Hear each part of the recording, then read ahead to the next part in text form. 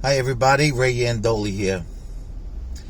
You know, everything lately since the pandemic is all these podcasts, ex-gangsters talking about their crimes and, saying, how they want to show the kids and, not to do crimes and everything.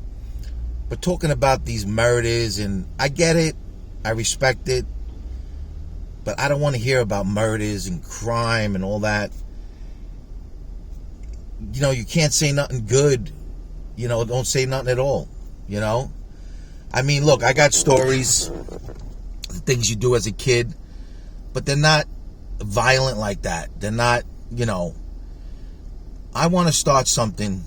I'm going to talk about the best neighborhood that you could grow up in. And that was Canarsie, Brooklyn. To me. And I know to a lot of people. Because when you see that people are from Canarsie, their family, automatic. And I'm sure it was for that, the same for Bay Ridge and Bensonhurst. But I didn't grow up there. I grew up in Canarsie. And I'm going to start giving you Canarsie stories. About when I was growing up. Yes, I'm not going to give you violent stories. I'm going to give you funny stories that, kids got in trouble.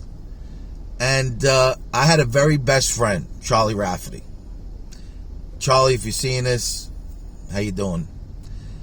Because we were like two peas in a pod, me and him. So I'm going to give you one of our stories. We went to Buildersea, okay? And we always cut out.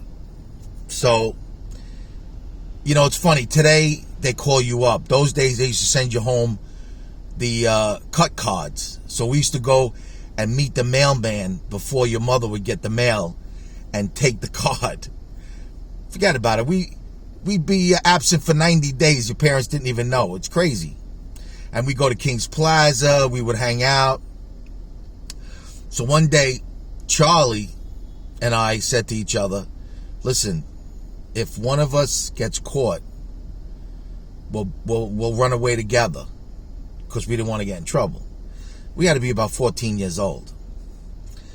So all of a sudden, of course, Charlie gets caught. So I kept my word. We were going to run away. I wrote a note to my parents that I was running away. And the reason why I was running away, because my father hit me a lot.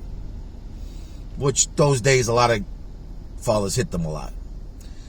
So we run away. We're going to run to Florida. So now we go to our friend's house. I'll never forget Sal Condolfo. And his parents, so funny how they fed us. They knew we were running away. Instead of calling our parents, they helped us in a way. So me and Charlie ate like we were never going to eat again. We were like these two hobos, And we always had girls hanging around us and everything. So we were going to meet these girls before, at night. And my mother, forget a nervous wreck. She was walking the dog and she's looking around the neighborhood with sunglasses on in the middle of the night because she was crying. And she asked these girls about us, me and Charlie. Because she knew we were always hanging around girls at 114 Park. We're going to meet them at 7 o'clock. So my mother said, all right. So she waited there at 7 o'clock at night. Me and Charlie show up. I see my mother. I say, oh my God, I start running. Raymond, come back. Raymond, come back. Charlie's like, what do you want to do? I says, I can't, Charlie. I can't do it. So I went back home. But the funny thing is how it was like that one day felt like 3 days. We didn't wind up running away, but we were going to hitchhike to Florida. We had all these plans. I had double thermals. I'm going to Florida. I'm having thermals because it's winter in New York. But these are the stories I want to tell you. These are the stories that I'm going to start telling. My Canarsie stories, growing up in Canarsie, my best friend Charlie Rafferty, and the things that we got, the mischief, we got into.